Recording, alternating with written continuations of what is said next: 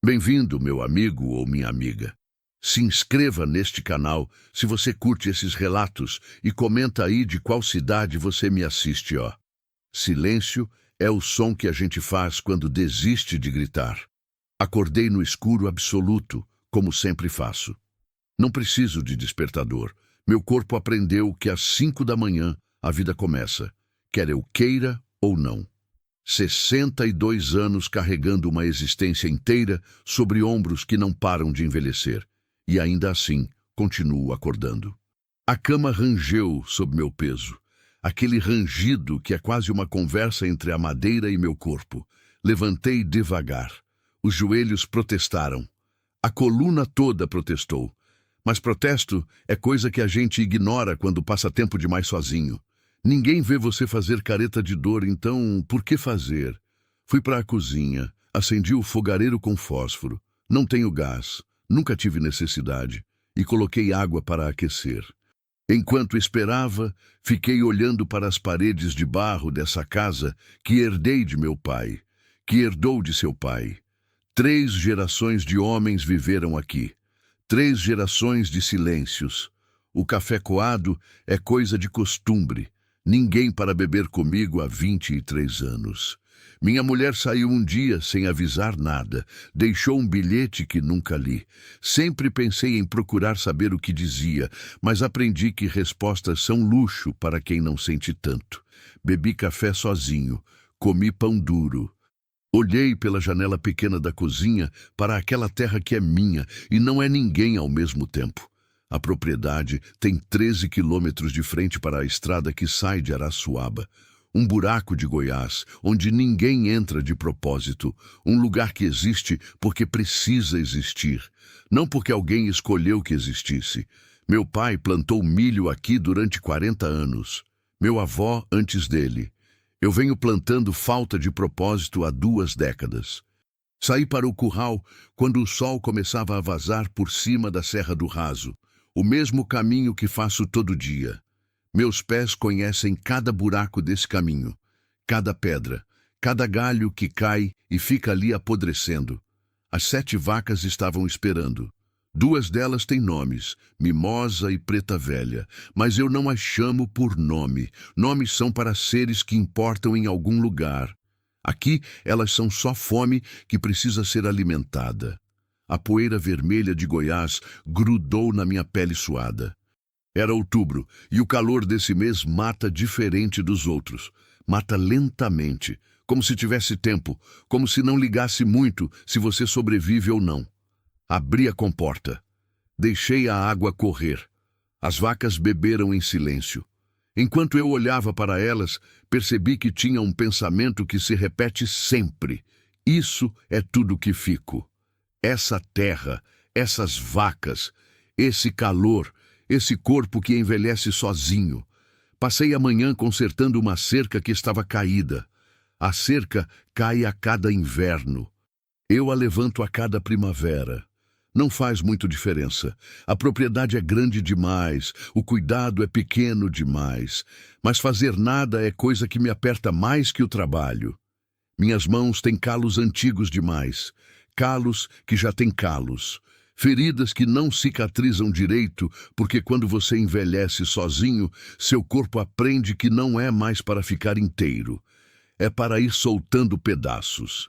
Passei a tarde com o cavalo. Um animal velho como eu, que não serve para nada a não ser estar ali. Às vezes eu falo com ele. Falo sobre o tempo, sobre as cercas, sobre como é estranho seguir vivo quando você não sabe por quê. O cavalo me escuta, ou finge escutar. A diferença é pequena quando você está sozinho. Comi pão duro com queijo duro. Tudo nessa vida é duro quando você não tem quem coma junto. Deitei cedo. O corpo inteiro doía. Aquele dor que é da idade e também da solidão. Porque solidão é coisa que dói no corpo todo. Estava quase dormindo quando ouvi um som na estrada. Um som de coisa pesada se mexendo, lentamente, parando. Levantei da cama sem pensar muito. 23 anos não preparam você para barulho. Barulho é coisa que pertence a outro mundo. O mundo onde as pessoas vivem perto umas das outras, onde acontecem coisas, onde a vida não é só repetição. Meu coração começou a bater diferente. Abri a porta da frente e a noite de Goiás me bateu no rosto com toda a sua força. Aquela friagem que vem quando o sol desaparece do horizonte e a terra solta todo o calor que roubou durante o dia. O cheiro de terra seca, capim queimado, aquele aroma de vida que apodrece lentamente. Entrou nos meus pulmões como se tivesse direito de estar lá. A estrada estava escura demais. Só havia uma lanterna velha pendurada perto da porta. Daquelas que funciona metade das vezes e grita metaluz quando funciona. Acendi. A chama amarelada mal iluminou 5 metros à frente.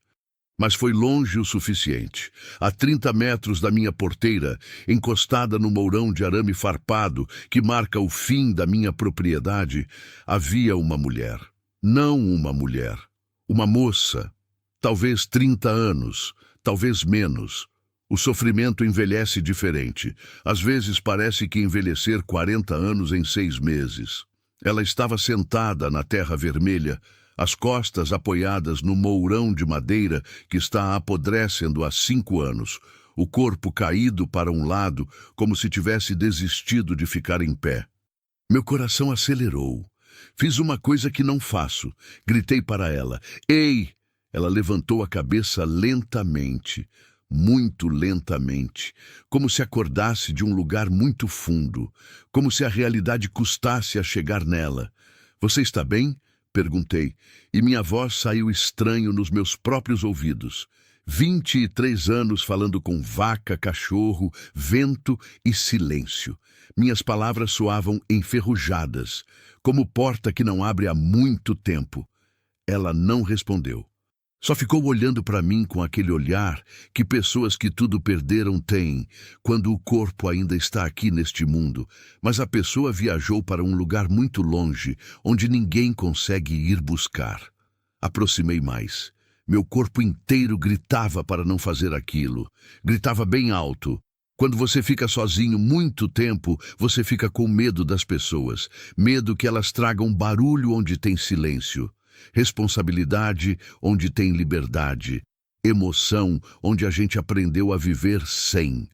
Mas ela estava ali, na minha porta, como se o destino tivesse colocado aquela vida exatamente no meu caminho, naquele exato momento. Quando cheguei mais perto, talvez 2 metros, vi as coisas que o escuro tinha escondido. Seus olhos estavam inchados. Havia um roxo fresco na sua bochecha esquerda, aquele tipo de roxo que é novo o suficiente para dizer história. Suas roupas estavam rasgadas em um lugar, sujas de terra em outro. Havia um curativo no braço direito, aquele tipo errado de curativo que pessoas fazem quando as mãos tremem demais para fazer certo. Entendi. Nem era questão de perguntar. Alguém a tinha machucado. Alguém a tinha deixado aqui. E agora ela estava esperando algo. Morte, talvez. Ou ajuda, ou simplesmente esperando que sua vida terminasse de desmoronar. Meu nome é Fátima, ela disse. E sua voz saiu rouca, como se não falasse há semanas, ou como se nunca mais fosse falar. Meu carro quebrou. Olhei para trás dela. De fato, uns 100 metros adiante, na estrada de terra, havia um carro velho, vermelho, ou era vermelho. Agora parecia mais enferrujado que cor. Capô aberto, porta do motorista aberta também, balançando levemente com o vento que começava a bater mais forte. Faz quanto tempo que você está aqui? Perguntei. Não sei, perdi a noção. Talvez 2 horas, ou o dia inteiro, não sei mais. Ela não explicou mais nada. Não disse de onde vinha, para onde ia. Por que viajava sozinha numa estrada que ninguém viaja de noite? Por que tinha um homem que a machucava? Pessoas quebradas não explicam, elas só mostram, e quem está vendo tem que conectar os pedaços. Vem, disse eu estendendo a mão. Ela olhou para minha mão durante um tempo que pareceu eterno, como se minha mão fosse armadilha, como se toda a gentileza fosse cilada. Depois pegou. Seus dedos estavam gelados. Aquele gelado que vem de dentro, não de fora. Seus dedos quase não tinham força. Quando ela se levantou, vi que cambaleava. Segurei seu braço com cuidado. Ela era magra demais, leve demais. Como se o vento pudesse levar embora a qualquer momento, e talvez fosse bom assim. Entramos na casa. Liguei a lamparina da cozinha. Aquela que queima tudo de cor amarela, que transforma tudo em sombra, e vi melhor agora. Os detalhes que a escuridão tinha escondido ficaram visíveis.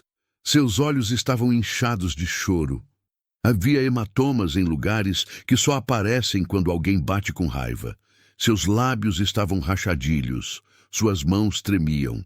Peguei uma toalha velha, daquelas que tem buraco, que a gente só usa porque é meu, ninguém vê.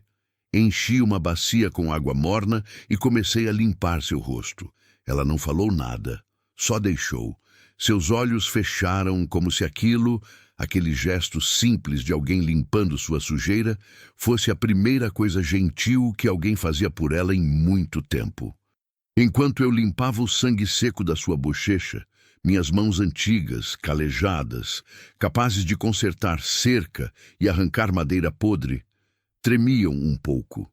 Você pode ficar, ouvi a mim mesmo dizendo, pelo menos por esta noite.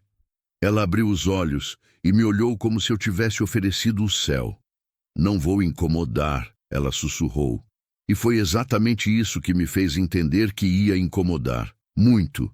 Ia trazer complicação, responsabilidade, escolhas difíceis. Mas eu não podia mandar embora. Porque quando você fica sozinho muito tempo, quando você enterra tudo que sente bem fundo, tão fundo que esquece que está enterrado, quando você finalmente encontra alguém que precisa, você tem que deixar entrar. Mesmo que doa, mesmo que mude tudo. Arrumei o quarto que meu avô dormiu. Ninguém dormia ali há décadas. A poeira tinha cobertura de teias de aranha. O cheiro era de tempo parado. Mas tinha cama. Tinha um colchão que ainda não tinha virado nuvem de pó completamente. Tirei uma roupa limpa, aquela que eu guardava para ir para a cidade nos meses de agosto, quando a chance de encontrar alguém era nenhuma mesmo assim. Ela dormiu como quem não dorme há semanas. Não se mexeu, não fez barulho, só respirava fundo. Aquele tipo de respiração que pessoas traumatizadas têm, como se tivessem acabado de sair de água, como se ainda estivessem afogando por dentro. Deixei uma vela acesa perto da cama. Fechei a porta devagar, com cuidado para não fazer barulho.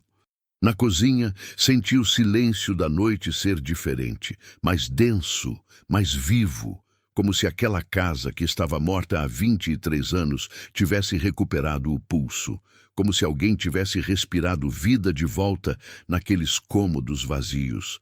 Passei a noite em pé, não porque não tivesse cansaço, tinha demais, mas porque meu corpo todo gritava que aquilo estava errado, que responsabilidade é coisa que você não deveria pegar quando deixou de ser jovem. Que gente traz complicação, polícia, decisões, dor, que você construiu uma vida onde não precisa de ninguém exatamente para não precisar de ninguém nunca mais. Mas ela estava ali, no quarto do meu avô, e eu não podia deixar que nada acontecesse com ela.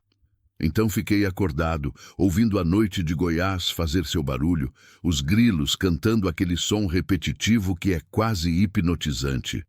O vento batendo nas frestas da janela como se pedisse licença para entrar. Uma coruja gritando ali perto do galpão, aquele grito que é tanto chamado quanto aviso. E ela respirando fundo, segura por enquanto naquela casa que conhece tão pouco. Quando amanheceu, lentamente o sol se esforçando para vencer a névoa que sobe da serra, eu já tinha feito café, já tinha conseguido 3 ovos que minha única galinha deposita uma vez por semana se sente generosa. Já tinha pensado em tudo que poderia dar errado, tudo que poderia dar certo, tudo que eu poderia perder, que já era tão pouco. Ela apareceu na cozinha com aquele rosto de quem não sabe onde está. Olhou para mim com aquele medo ainda nos olhos, mas alguma coisa tinha mudado. O medo tinha diminuído um pouco, como se dormir seguro numa cama fosse suficiente para lembrar de si mesma. Tudo bem? Perguntei, e desta vez minha voz saiu menos enferrujada. Ela confirmou com a cabeça. Sentou devagar, como se o corpo doesse. Comeu em silêncio, mastigando lentamente, como se o corpo precisasse aprender de novo como funciona comer. Você pode contar se quiser, disse eu depois de um tempo. Não era pergunta, era convite. Ela olhou para mim. Depois começou a falar. Ele disse que me amava, começou ela, e sua voz saiu pequena, como se fosse história de outra pessoa. Disse que seria diferente, que ele era diferente dos outros, que ele era exatamente o que eu procurava. Parei de comer.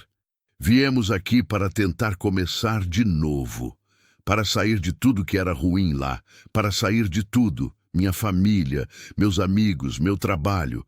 Ele disse que a gente ia ser feliz nesse lugar novo, nessa vida nova. Ela fez uma pausa. Seus dedos torciam o pano da toalha. Mas aqui ficou pior, muito pior. Quando ele bebe, ele fica diferente. Completamente diferente. É como se outra pessoa entrasse naquele corpo. E na segunda noite dessa viagem, a segunda noite, ele bebeu. E eu corri. Peguei meu dinheiro, peguei a chave do carro e corri para longe. Onde está ele agora? Perguntei, meu corpo inteiro tenso. Dormindo no carro dele, alguns quilômetros daqui. Ou saiu procurando. Não sei. Não sei o que ele fez depois que eu saí correndo. Mas quando acordar ou se acordar, ele vai me procurar. Meu coração desacelerou. Depois acelerou de novo, mas por outra razão. Medo, responsabilidade, escolha. Você está segura aqui, disse eu, e enquanto falava percebi que era verdade. Ele vai ter que passar por mim primeiro, e isso não vai acontecer. Ela olhou para mim com aquele olhar diferente agora, não mais perdido, não mais desesperado, apenas assustado, mas com um traço pequeno de esperança que dói de verdade quando aparece depois de tanta escuridão. Os dias passaram, nenhum carro preto passou pela estrada, nenhum homem furioso bateu na minha porta de noite, nenhum telefone tocou com ameaça. Talvez ele tivesse desistido. Talvez tivesse voltado para lá de onde vieram. Talvez tivesse encontrado outra mulher em outra estrada. Ou talvez estivesse apenas esperando. Fátima começou a se mexer pela casa. Ajudava com pequenas coisas, coisas que ninguém pediu. Coisas que ela simplesmente via que precisavam. Varria o chão sem que eu pedisse. Limpava as panelas depois de comer. Costurava um buraco na minha camisa que estava aberto há meses. Aquele buraco que eu olhava todo dia e fingia que não existia. Uma noite, enquanto comíamos a sopa que ela tinha preparado, aquela sopa que tinha gosto de cuidado, ela falou: "Obrigada." "Não precisa", disse eu. Preciso muito. Ninguém faz isso mais. Ninguém vê a gente quando a gente está caindo. As pessoas veem problema, veem complicação, veem história que não quer ouvir. Você viu problema também, mas você entrou mesmo assim. Você me deixou entrar. Não respondi nada. Não soube o que responder. Porque a verdade era mais profunda que simples. Porque eu tinha visto em seus olhos a mesma coisa que via no meu espelho. Aquela sensação de estar caindo e não ter ninguém ali para pegar. E quando você já caiu tanto, quando você já se feriu tanto caindo sozinho, você aprende a ter medo de não estender a mão quando alguém mais está caindo também. Na quinta noite, o vento começou a soprar diferente. Aquele vento que vem do sertão quando uma tempestade está chegando. Pesado, quente, que entorta as árvores e faz a poeira subir como nuvem vermelha que cobre tudo. Olhei para o céu enquanto alimentava as vacas. Nuvens pretas se ajuntando ali perto da serra. Não eram nuvens comuns. Eram aquelas nuvens que levam dias de chuva. "Vai chover", disse para ela enquanto voltávamos para casa. Ela olhou para a janela. "Muito." "Pode ser. Por aqui, quando começa, demora para parar." A chuva começou à noite, não de uma vez. Começou devagar, com gotas grossas que batiam no telhado como pedras sendo jogadas. Depois, virou cortina d'água. Virou essa coisa que Goiás faz quando resolve se despejar, como se tivesse guardado toda a água do ano em reservatório e tivesse que soltar tudo de uma única noite. O telhado começou a vazar, não em um lugar, em 3, 4, 5. Peguei baldes, aqueles que guardo para não saber para quê. Coloquei um na cozinha, um no quarto, um na sala. Água começou a cair, criando uma sinfonia de gotinhas que ecoava dentro de cada balde. Fátima me ajudava, silenciosa, rápida, como se tivesse feito isso toda a vida. O som da água caindo nos baldes se misturava com o som da chuva batendo no telhado, tudo junto virando uma sinfonia de desespero, de natureza mostrando que a gente não controla nada. Por volta das 11 da noite, a estrada tinha virado um rio. A água escorria de todos os lados, das encostas, da terra, da chuva que não parava. Aquele rio seco que passa perto da estrada lá embaixo começava a encher. Eu podia ouvir aquele som de água correndo com força. A casa dele estava onde exatamente? Perguntei, já sabendo a resposta que vinha destruir tudo. Uns 4 ou 5 quilômetros daqui, perto do rio seco que passa perto da estrada. Ele estacionou debaixo de uma árvore grande. Disse que ia ficar ali esperando até eu voltar. Meu estômago caiu para o chão. Rio Seco em Goiás não é tão seco assim quando chove daquele jeito. Rio Seco virou rio de verdade. Rio de verdade virou força que mata. Fui até a varanda. A chuva batia tão forte que não conseguia ver além de 5 metros. A estrada tinha desaparecido completamente. Só havia água, lama avermelhada, aquele cheiro quente de terra molhada que sobe para o peito e prende a respiração. O cheiro de natureza lutando com o ser humano. "O que você está pensando?" perguntou Fátima atrás de mim. Ela já sabia. Ela via em mim o que eu estava tentando não sentir. "Nada bom", disse eu. "Ele pode estar em perigo." Virei para ela. "Sim, pode estar morrendo lá embaixo naquele rio. E você quer ir procurar?" Não era pergunta, era constatação. Ela via em mim o que eu era, o tipo de homem que não consegue deixar gente morrer, mesmo que essa gente tenha tentado matar ela. "Ele tentou te machucar."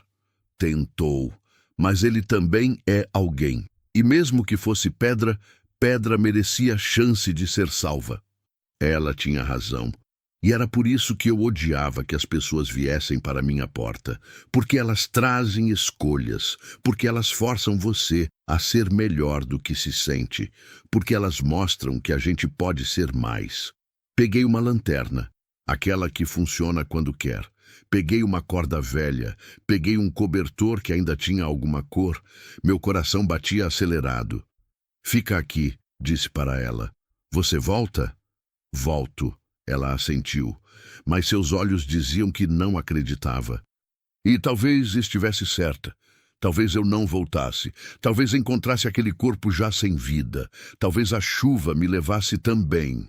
A estrada era um estrago. Meu cavalo se recusou a sair do abrigo. Não posso culpá-lo. Eu também queria ficar. Fui a pé, sozinho contra a natureza, a lanterna quase inútil, a chuva me batendo como o soco de alguém furioso. Minha idade toda estava ali, pesando em cada passo. Meu corpo inteiro reclamava. Meu coração batia acelerado demais. Mas continuei. Caminhei contra o vento. A noite pior de Goiás é quando chove para valer. Tudo fica impenetrável. Tudo fica hostil. As árvores que você conhece toda a vida viram coisas estranhas, sombras que acusam, que bloqueiam o caminho. Passei por um lugar onde a água tinha levado um mourão inteiro da cerca. Passei por outro onde tinha lama até meu joelho. Meu peito doía. Meus pulmões queimavam como se tivessem fogo por dentro. A parte de mim que era mais velho, mais sábio, gritava para voltar. Para deixar que a vida resolvesse sozinha. Para não meter a cara no problema de um homem que tinha tentado matar, que podia ser perigoso mesmo sem tentar, que não era responsabilidade minha. Mas havia outra parte, a parte que tinha deixado minha mulher sair pela porta sem pedir uma explicação, A parte que tinha deixado meu filho ir para São Paulo sem ligar uma única vez. A parte que tinha olhado para a vida passando durante 23 anos e dito: tudo bem, vida, passa mesmo, eu fico aqui sentado assistindo. Essa parte não ia deixar eu voltar para trás. Encontrei o carro quando tinha certeza que ia morrer procurando. Estava metade dentro da água que corria forte. A corrente tinha levado metade dele embaixo de um mato. As luzes ainda piscavam fracamente, condenadas, alertando que algo estava errado ali. A porta do motorista estava aberta, balançando levemente com a força da água. Ele estava desmaiado no banco do carona, cabeça inclinada para um lado, boca aberta, aquele tipo de corpo que está praticamente morto. Havia uma garrafa vazia no chão, entre os pedais. Ele não tinha nem tentado sair, tinha simplesmente se deitado ali e esperado pela morte. Puxei ele para fora como pude. Ele era pesado, ou eu era velho demais. Provavelmente os dois. Consegui colocar seu braço nos meus ombros, aquele movimento que você faz para arrastar alguém e começar a andar para trás. A chuva cegava. Meus pulmões imploravam para parar. Meio caminho, ele acordou. Fátima, murmurou, sem entender nada. Você está sendo arrastado de volta para a casa dela, disse eu, respirando pesado. Agora cala a boca e deixa eu trabalhar. Levei 20 minutos para voltar. 20 minutos que pareceram 20 horas. Quando enfim vi minha casa, aquela luz amarela da vela ainda acesa na janela, como um farol guiando os perdidos, senti as pernas ceder. Entrei pela porta, totalmente encharcado, completamente exausto, carregando um corpo que tinha tentado matar a mulher que estava esperando dentro. Fátima estava em pé, esperando. Quando me viu aparecendo da chuva como fantasma, com aquele homem inconsciente nos meus ombros, seu rosto fez uma coisa que não esperava. Não se fechou. Não ficou assustado. Não se endureceu. Se abriu. Deus! Ela sussurrou. Você foi procurar ele. Você foi procurar por ele mesmo depois de tudo. Deixei o corpo no chão da cozinha com cuidado. Peguei um cobertor. Comecei a fazer circulação de sangue naquele peito que não se mexia para respirar direito. Massageei seu coração como aprendi há muito tempo. Ele estava morrendo, disse ela. Estava. Mas você foi mesmo assim? Você deixou aquela chuva e foi atrás dele. Não respondi. Estava muito cansado, muito velho, muito perto de uma verdade que não queria ouvir, que a gente não escolhe bem as pessoas que ama, que a compaixão não escolhe entre quem merece e quem não merece. Fátima se ajoelhou do outro lado do corpo daquele homem que a machucava e colocou a mão no peito dele junto com a minha. E assim ficamos. Dois estranhos, ajoelhados, numa cozinha molhada de uma propriedade no meio de Goiás, tentando salvar alguém que talvez não merecesse ser salvo, porque a misericórdia não escolhe. Ela só aparece quando dois corações decidem que podem falhar, mas não vão. A chuva continuou a noite toda, mas dentro daquela casa, no meio do barulho de água caindo nos baldes e vento batendo furioso nas janelas, algo tinha mudado. Tinha uma vida que não era mais só minha para carregar sozinho. Isso assustava mais do que qualquer tempestade. Ele acordou no dia seguinte com medo nos olhos. Aquele medo que vem quando você acorda em lugar que não reconhece, cercado de gente que deveria estar com raiva de você, mas está cuidando de você. Assustado, confuso, com aquele olhar de quem não sabe como chegou ali, ou se deveria estar ali. Olhou para mim, depois para Fátima, que estava sentada longe dele, protegida, mas presente. Depois, para aquela cozinha que não era dele. Você quase morreu, disse eu, simplesmente sentando em uma cadeira na frente dele. Não era acusação, era apenas fato. Ele não falou nada, ficou olhando para as mãos como se não reconhecesse as próprias mãos. Fátima estava ao meu lado, não ao lado dele. Aquela distância era importante, era segurança. Você vai ficar aqui, continuei. Minha voz saindo cansada, mas firme, enquanto a chuva não passar e enquanto sua cabeça não ficar boa. Depois você vai embora. E você nunca mais vai procurar por ela. Porque se procurar, eu vou saber. Eu tenho amigos em Araçuaba. Eu tenho gente que me deve favor. E se souber que você está procurando por ela, eu vou avisar na polícia que você tentou machucá-la. E depois disso, você vai gastar o resto da sua vida correndo de mim. E eu vou achar você em qualquer lugar que esteja. Ele piscou. Assentiu com a cabeça. Você entende? Entendo, disse ele, e sua voz saiu pequena, quebrada. Ele ficou 3 dias deitado no quarto do meu avô.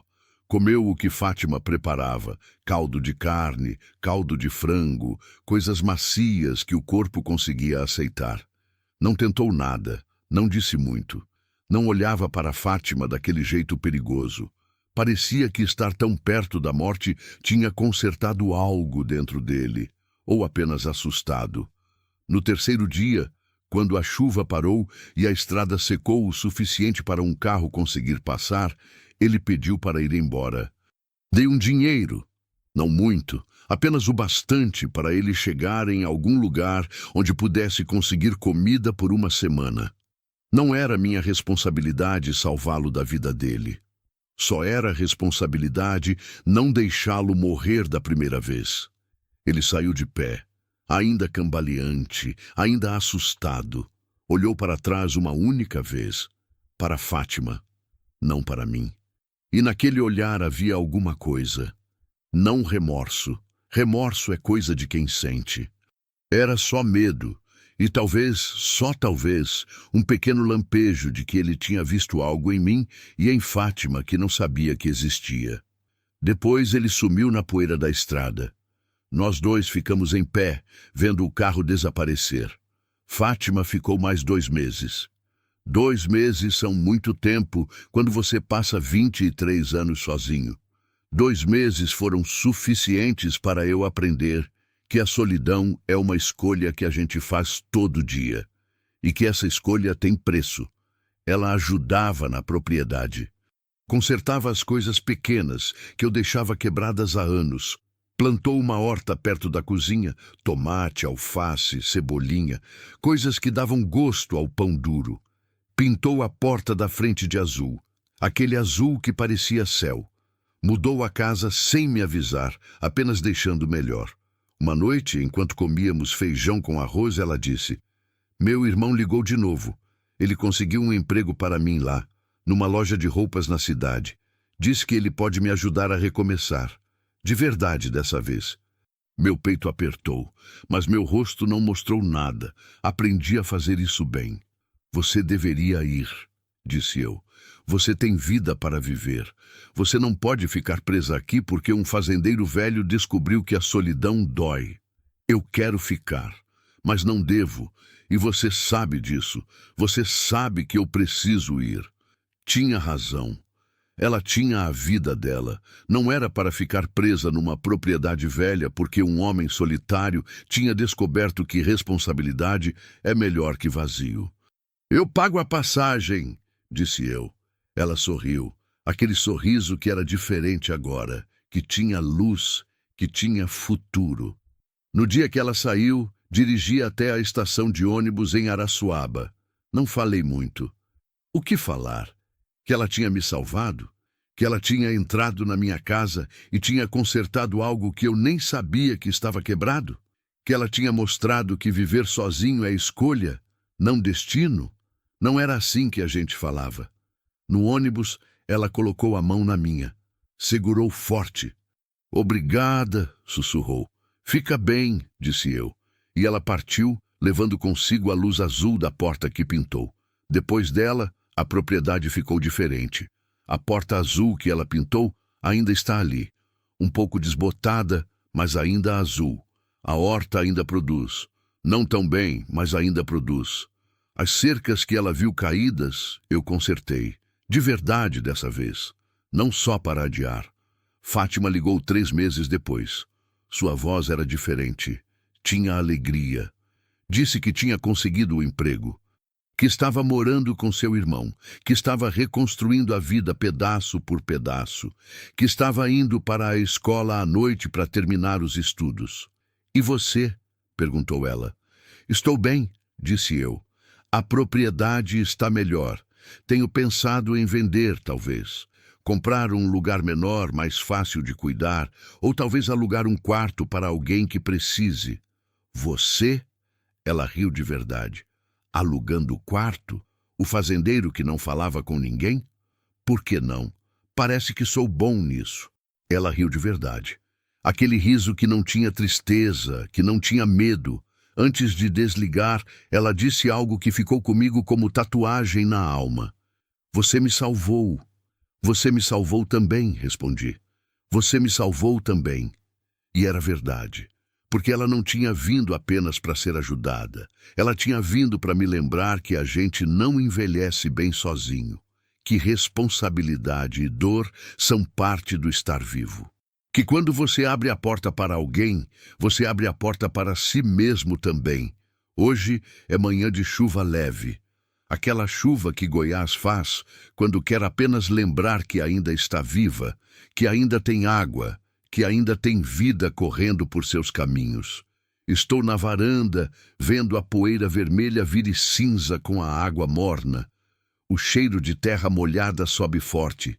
Aquele cheiro que é esperança. Os grilos cantam aquele som que é tanto melancolia quanto alegria. A porta azul está aberta. Ninguém vem mais pela estrada. Essa é uma propriedade que ninguém vem procurar. Um lugar que o tempo esqueceu. Uma vida que parecia estar terminando. Mas se alguém vier, se alguém parar ali na minha porteira exausto, ferido, perdido, desesperado, eu vou deixar entrar. Porque aprendi que não é a solidão que cura. Nunca foi. É o encontro. É o momento em que você vê alguém caindo e decide que pode falhar junto, que pode doer junto, que pode tentar junto. Que quando alguém para na sua porta, mesmo que tenha levado 23 anos para isso acontecer, você tem que deixar entrar. Porque responsabilidade é o oposto de solidão. Porque escolher alguém é o oposto de morrer sozinho. Meu corpo ainda dói. Minha vida ainda é simples, ainda tenho cercas que caem, ainda tenho chuvas que vazam telhado, ainda tenho dias que parecem iguais. Mas agora sei que os dias não são iguais, que cada amanhecer é uma chance. Que o silêncio pode ser quebrado e que isso dói, mas dói de um jeito que faz a gente saber que ainda está vivo. Fátima mandou uma foto semana passada. Ela está diferente, inteira, reconstruída. Sorrindo com os olhos, não só com a boca. Está usando uniforme, aquele da loja onde trabalha. Está segurando um livro, está estudando mesmo. Fiz dela minha tela de bloqueio do celular velho que tenho. Não para não esquecer. Já entendi que a gente não esquece de quem muda a gente. A gente carrega para sempre, mas para lembrar todo dia que a porta aberta é sempre a coisa certa, mesmo quando custa, especialmente quando custa. Porque a vida só faz sentido quando a gente escolhe alguém, quando a gente abre a porta e deixa entrar. 5 anos depois. 5 anos é tempo suficiente para uma pessoa envelhecer uma década se não tiver esperança. Mas é também tempo suficiente para uma vida inteira mudar de direção se tiver. Saio da varanda e olho para minha propriedade como se fosse a primeira vez que a vejo. As cercas estão em pé. Não todas perfeitas, mas em pé. A casa foi reparada. Telhado novo, janelas que fecham direito, aquele cheiro de mofo que tinha desapareceu. A porta azul que Fátima pintou está desbotada agora. O azul virou aquele tom de céu nublado. Mas está ali. É como se a gente escolhesse viver com as marcas do tempo em vez de lutar contra elas. Tenho 67 anos agora. Não parece tanto quanto era quando tinha 62. Talvez seja porque agora tenho razão para acordar, além de apenas acordar. Talvez seja porque percebi que envelhecer sozinho envelhece o dobro. A horta que Fátima plantou se expandiu. Agora tenho mais de 10 tipos de plantas: tomate, abóbora, melancia, melão. Há 2 anos plantei uma mangueira. Não vou ver a fruta, provavelmente. Vou morrer antes. Mas alguém vai comer. Alguém que passar por aqui vai sentar na sombra daquela árvore e comer manga fresca e não vai saber que um homem velho plantou aquilo pensando em gente que ele nunca vai conhecer. Isso é suficiente. O telefone que comprei, aquele celular simples, que só faz chamada e recebe mensagem, toca. É Fátima. Sempre é ela. Segunda-feira de noite, como combinamos. Oi, vovô, ela diz, e meu coração bate diferente toda vez que ela diz essa palavra. Vovô, como se eu tivesse descendência. Como se importasse. Oi, filha, como está? Bem, trabalhei até tarde. Tinha cliente furiosa porque a blusa que comprou tinha defeito. Passo o dia inteiro vendo gente infeliz. Mas sabes que é bom? No final do dia eu volto para casa. E casa é casa. E fico grata. Ela é assim agora. Grata. Como se tivesse aprendido que gratidão é o oposto de morte. E a escola? Tirei nota boa em português. Meu professor disse que escrevo bem, que eu deveria tentar escrever mais. Você deveria, digo, e penso em tudo que ela teria escrito já se tivesse escrito. Histórias que não existem porque a gente tinha medo, porque a gente pensava que não merecia. Tia Conceição quer vir aí mês que vem. Ela falou que quer trazer seus filhos para conhecer você, que você é o homem que salvou minha vida. Fico em silêncio. Você está bem? Ela pergunta. Estou muito bem. Diz que podem vir. Vou preparar a casa. Depois de desligar, fico olhando para aquela porta azul novamente. É estranho como um objeto tão simples pode carregar tanto significado. Como uma cor pode ser memória. Eles começaram a chegar depois do 1º ano. Não planejei isso. Não coloquei placa, não fiz anúncio. Mas de alguma forma as pessoas descobriram. Descobriram que havia um lugar onde você podia chegar exausto e ser deixado entrar sem pergunta, onde havia comida, onde havia segurança. O primeiro foi um menino. Devia ter uns 14 anos, magro demais, com aquele olhar de quem vem da rua. Estava dormindo embaixo da árvore grande que fica perto da porteira quando acordei e fui alimentar as vacas. Não acordei ele, deixei que dormisse. À noite, deixei comida na varanda. Ele comeu tudo. Pela manhã tinha sumido, mas deixou uma folha de papel com uma letra cuidadosa. Obrigado, senhor. Depois veio uma mulher com uma criança, talvez 6 anos, e uma história que ela só contou depois de 3 dias. Tinha saído de casa porque o marido a espancava. Dormiu 2 semanas aqui. Recebeu roupas limpas, comida quente, e depois Fátima, quando veio visitar, a ajudou a entrar em contato com uma organização que trabalha com mulheres vítimas de violência. Ela chorou quando saiu. Ninguém nunca fez nada assim, ela disse. Ninguém nunca parou para ajudar. Depois vieram mais. Um homem que tinha perdido o emprego e dormia no carro. Uma adolescente que tinha fugido de casa. Um idoso que foi deixado pela família, uma mulher grávida e sozinha. Não lembro de todos, mas lembro do sentimento, aquele de ser útil, aquele de ter propósito. Em algum momento, sem perceber, a propriedade virou abrigo, e eu virei aquilo que durante 23 anos pensei que nunca seria. Importante para alguém.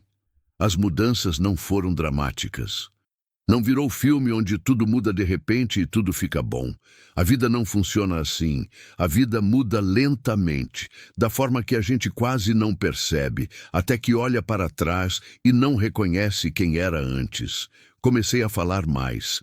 Pessoas que vinham aqui pediam para contar histórias e eu, que tinha passado 23 anos em silêncio, comecei a falar. Histórias sobre a terra, sobre como plantar milho, sobre a seca de 1995, sobre meu avô e meu pai, sobre minha mulher. Essa história ficou mais fácil de contar depois que abri a porta. Ela foi embora, porque eu não deixei ela ser feliz. Contei uma vez para uma mulher que estava aqui recuperando-se de um acidente. Ela pediu para sairmos daqui, para irmos para a cidade, e eu disse não.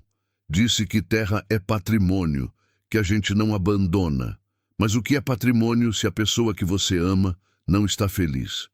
Depois que contei isso, percebi que tinha perdoado ela. Tinha perdoado a mim mesmo. Aprendi a cozinhar melhor. Não é que não soubesse, era que nunca tinha razão para aprender. Mas quando as pessoas começaram a chegar, comecei a ver culinária como forma de amor, como forma de dizer: você importa o bastante para eu gastar tempo criando algo que você vai desfrutar. Meu arroz agora tem sabor.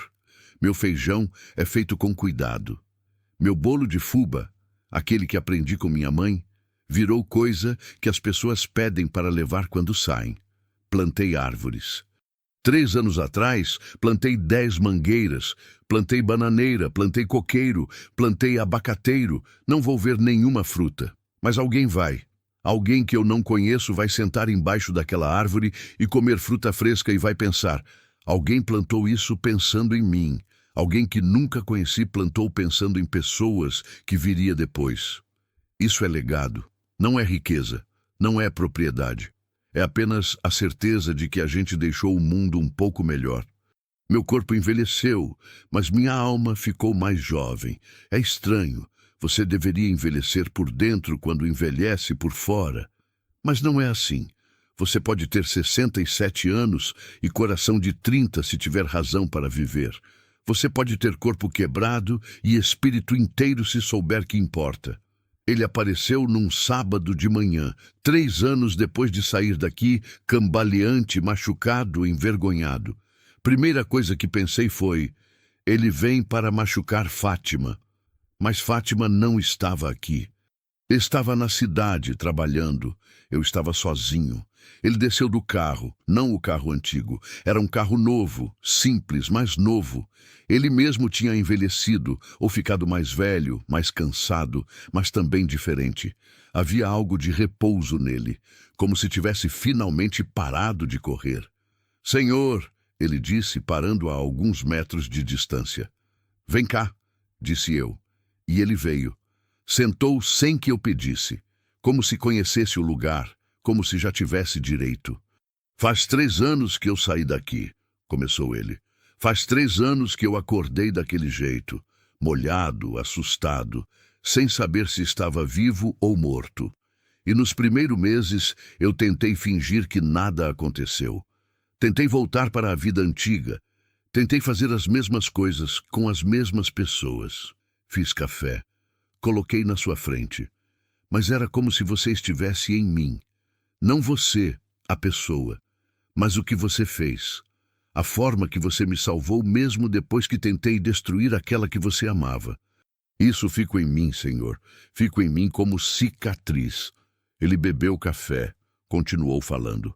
Passei 2 anos bebendo mais. Passei 2 anos tentando se esquecer. E não consegui. Porque você não deixou. Porque você entrou naquela chuva e me puxou para fora. E isso significa que você acreditava que eu valia a pena. Que eu podia ser diferente. Suas mãos tremiam enquanto segurava a xícara. Há 1 ano parei de beber. Procurei uma clínica. Entrei num programa. E comecei a trabalhar de verdade. Com minhas mãos, construindo coisa, ajudando pessoas. E todos os dias, quando acordo, penso em você. Penso que se você pode acreditar em mim quando eu não acreditava em mim, então talvez eu deva acreditar também. Não falei nada. O silêncio é resposta. Eu vim aqui para dizer que sinto pelo que fiz, que sinto pela dor que causei, que sinto por quase morrer aquela noite, porque se tivesse morrido, você teria carregado aquilo para sempre. E você já carrega peso demais. Chorei. Não é coisa que um homem como eu faz, mas chorei. Porque perdão é quando a gente vê a pessoa que nos machucou ficar melhor. Perdão é quando a gente vê que a vida consertou o que a gente quebrou, que a graça existe, que a redenção é possível. Fátima não está aqui, disse eu, mas vou contar a ela que você veio, que você mudou. Eu sei que ela não vai querer me ver, eu sei que eu não tenho direito, mas eu quis que ela soubesse, que eu saiba que ela sabe. Que a vida dela agora é melhor, e que isso é porque você deixou ela entrar, porque você acreditou em alguém que estava quebrada. Ele ficou mais 1 hora. Contou sobre o emprego, sobre a namorada nova, diferente, alguém que o tratava bem, alguém que ele respeitava. Sobre como tinha voltado a falar com a mãe, sobre como tinha começado a ir num grupo de recuperação, onde ouvia histórias de outras pessoas que queriam mudar e compartilhava a dele. Quando foi indo embora, pediu: "O senhor perdoa?" Pensei bem. Não sou eu que precisa perdoar. Você já perdoou a si mesmo. Isso é o importante. Que você acredite que você vale a pena, que você acredite que pode ser diferente. Ele saiu dele aquele dia diferente de como entrou. Não era alívio, era aceitação. Era a sensação de que a vida é longa o suficiente para consertar o que a gente quebrou, se a gente tiver coração. Fátima, quando contei, ficou em silêncio por um longo tempo. "Você fez a coisa certa, salvando ele", disse ela. "Mas eu ainda sinto medo, ainda sinto quando lembro daquela noite, ainda acordo algumas vezes com pesadelo." "Eu sei", disse eu, "trauma não desaparece. Mas agora você sabe que tem alguém que vai estar aqui, que sempre vai estar aqui, que não vai deixar você sozinha." "Eu sei, vovô, eu sei." Depois de alguns anos, decidi oficializar o que já estava acontecendo. Registrei a propriedade como abrigo. Pequeno, simples, mas legal. Recebi ajuda de uma ONG que trabalha com pessoas vulneráveis. Eles mandaram uma assistente social 1 vez por mês para orientar. "O senhor deveria cobrar algo", ela me sugeriu. "Pelo menos para sustentar. Cobro de quem pode pagar. De quem não pode, a gente resolve de outro jeito. Talvez trabalhem aqui um tempo, talvez plantem na horta, talvez ajudem com a limpeza. Mas ninguém sai daqui sem comer." Ela sorriu. "O senhor é uma pessoa rara, sabe disso?" "Não sou raro. Sou apenas alguém que aprendeu que a vida só faz sentido quando tem propósito." Com o tempo, a propriedade foi se transformando. Arrumei mais quartos, fiz reforma e dividi a casa. Cada quarto é pequeno, mas é seguro. Tem cama, tem cobertor, tem dignidade. Contratei ajudantes, pessoas que conheci aqui como hóspedes e que decidiram ficar. Uma mulher que tinha fugido de relacionamento abusivo agora trabalha na cozinha. Um homem que tinha vivido na rua agora cuida da manutenção. Uma adolescente que tinha fugido de casa agora cuida da horta. Todos têm história, todos têm razão para estar aqui. Uma noite, o homem que cuida da manutenção se chama Marcelo. Tem 42 anos, mas parece 60 porque a rua envelhece. Sentou comigo na varanda. "Sabe por que a gente não sai daqui?" perguntou. "Por quê?" "Porque aqui a gente não é problema. Aqui a gente é pessoa, tem diferença." Ele estava certo. Fora daqui, eles eram problema. Problema social, problema econômico. Problema para a família, para a cidade, para o sistema. Aqui, eles eram simplesmente gente. Gente que merecia cuidado. Gente que merecia oportunidade. Há alguns meses recebi uma carta. Veio pelo correio, de um lugar que não esperava. De São Paulo. De meu filho. Ele desapareceu para São Paulo 20 anos atrás. Saiu um dia dizendo que não aguentava mais Goiás, que não aguentava mais propriedade, que queria cidade grande e vida diferente. Eu deixei ele ir, não briguei, não pedi para ficar. Apenas disse: "Volta seguro." E ele nunca voltou. A carta tinha só uma folha. "Pai, minha filha, sua neta, tem 8 anos. Ela vê na escola um documentário sobre um homem no interior de Goiás que abre sua casa para pessoas que precisam. Um fazendeiro que deixa a gente dormir, comer, ficar segura. E minha filha me pergunta: "Pai, o senhor conhece esse homem?" E eu sinto o coração parar porque reconheci. Mesmo que passem 20 anos, mesmo que você esteja mais velho, eu reconheço você na história. Passei 20 anos aqui em São Paulo com raiva. com raiva de você por não deixar a gente sair, com raiva de mim mesmo por ter ido, com raiva da vida por não ter dado opção. Mas vendo você fazer isso, cuidar de pessoas estranhas, abrir sua porta, sua mesa, sua vida, eu entendi. Você não era fechado, você era apenas assustado, assustado de perder, como perdeu minha mãe. E em vez de dizer, você fechou as portas, eu fiz igual. Fechei as portas para você e perdi 20 anos não vendo seu rosto, não ouvindo sua voz, não deixando minha filha conhecer seu avô. Estou vindo aí com ela em dezembro. Quero que você conheça sua neta. Quero que ela conheça o avô que de longe tinha ódio, mas de perto tem amor. Desculpa pelo tempo perdido. Seu filho, Lucas, lia a carta todos os dias. Chorava todas as vezes. Porque perda é coisa que a gente carrega para sempre. Mas talvez, só talvez, a gente possa recuperar um pouco do que perdeu, se tiver humildade, se tiver coragem. Fátima agora coordena o abrigo junto comigo. Terminou a escola. Foi a primeira da família a fazer isso. Está pensando em fazer faculdade de serviço social. Quer trabalhar com pessoas vulneráveis profissionalmente. Você me salvou para que eu pudesse salvar outros, ela me disse uma vez. Não foi salvação, foi apenas deixar entrar. Para mim foi salvação. Para alguém aqui agora, você deixando eu estar viva, é salvação também. É assim que funciona. A gente passa para frente o cuidado. Os jornalistas começaram a vir. Queriam fazer documentário, queriam história de sucesso, queriam fazer do abrigo. E de mim, símbolo de esperança. Não, disse eu. Por quê? Perguntou o produtor. Porque isso deixa de ser sobre as pessoas e passa a ser sobre mim. E não é sobre mim. É sobre aquele que entra pela porta. É sobre a vida que se quebrou e pode se consertar aqui. É sobre a chance de ser melhor. Ele insistiu. Fez o documentário mesmo assim. Mas respeitou o que pedi. Nenhuma entrevista minha, nenhuma história da minha vida, apenas histórias das pessoas que chegaram aqui e conseguiram sair daqui de pé. O documentário foi para festival, ganhou prêmio. Mais gente passou a chegar, de estados diferentes, de histórias diferentes, mas sempre com a mesma coisa. Eles tinham perdido esperança e aqui encontraram de novo. Hoje sou um homem de 67 anos. Meu cabelo é branco, meu corpo dói mais que antes. Meu coração não bate tão forte, mas meu espírito está mais vivo que nunca, porque aprendi que a vida não é sobre quanto tempo a gente vive, é sobre quanto cuidado a gente dá, é sobre quantas vidas a gente toca, é sobre o que a gente deixa para trás, que é maior que a gente. Plantei aquelas 10 mangueiras, nenhuma está produzindo ainda, mas logo vão.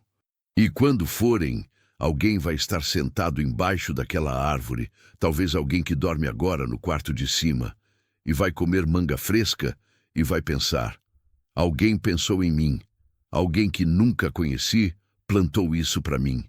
Isso é suficiente. Fátima vai ser boa mãe um dia. Ela não sabe disso ainda, mas eu vejo. Ela vai passar para seus filhos esse jeito de cuidar que aprendeu aqui.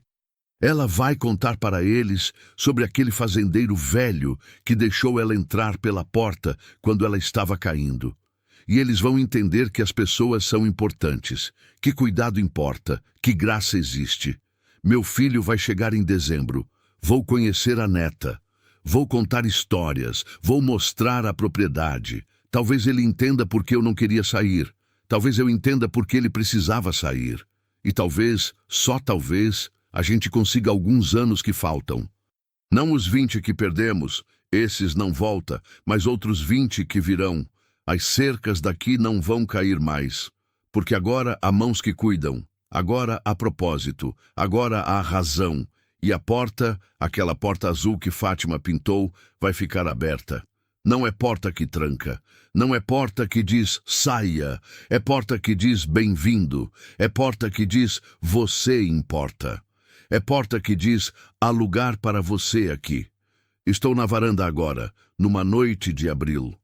O vento sopra trazendo cheiro de chuva, aquela chuva que vem daqui a pouco, que já está no ar, que já está acontecendo de longe.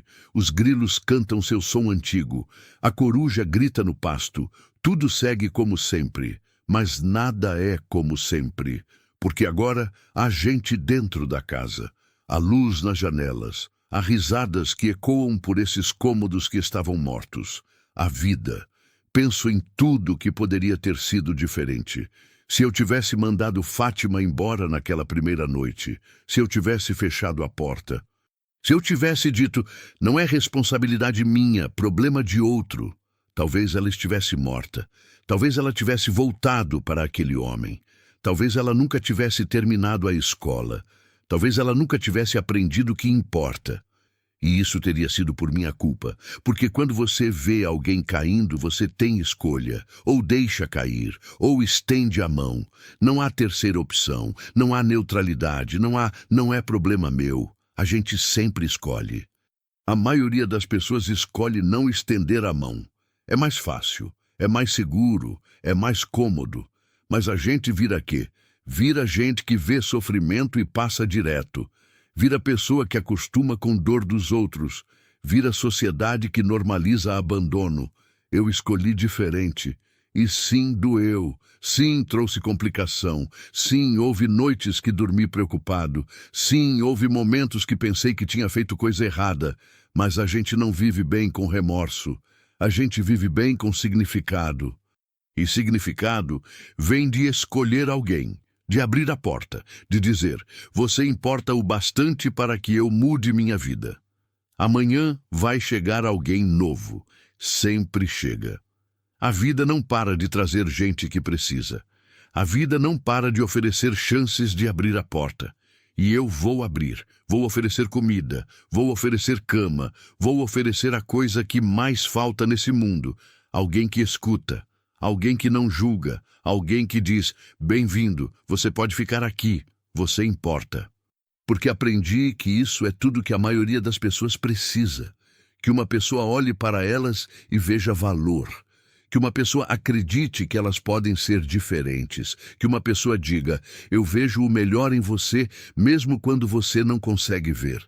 Fátima vai estar aqui também. Vai fazer café, vai arrumar o quarto, vai sorrir quando a pessoa entrar pela porta. E naquele sorriso, aquela pessoa vai ver que há vida após dor, que há futuro após desespero, que há esperança após tudo que parece perda. Porque Fátima é prova disso. Meu filho vai chegar em dezembro. Minha neta vai conhecer esse lugar. Vai brincar naquela horta. Vai comer melancia que nós plantamos. E talvez quando for grande, ela lembre daqui.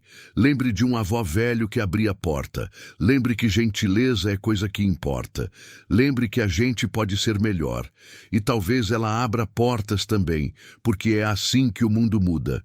Não por lei, não por governo, mas por pessoa que escolhe de verdade.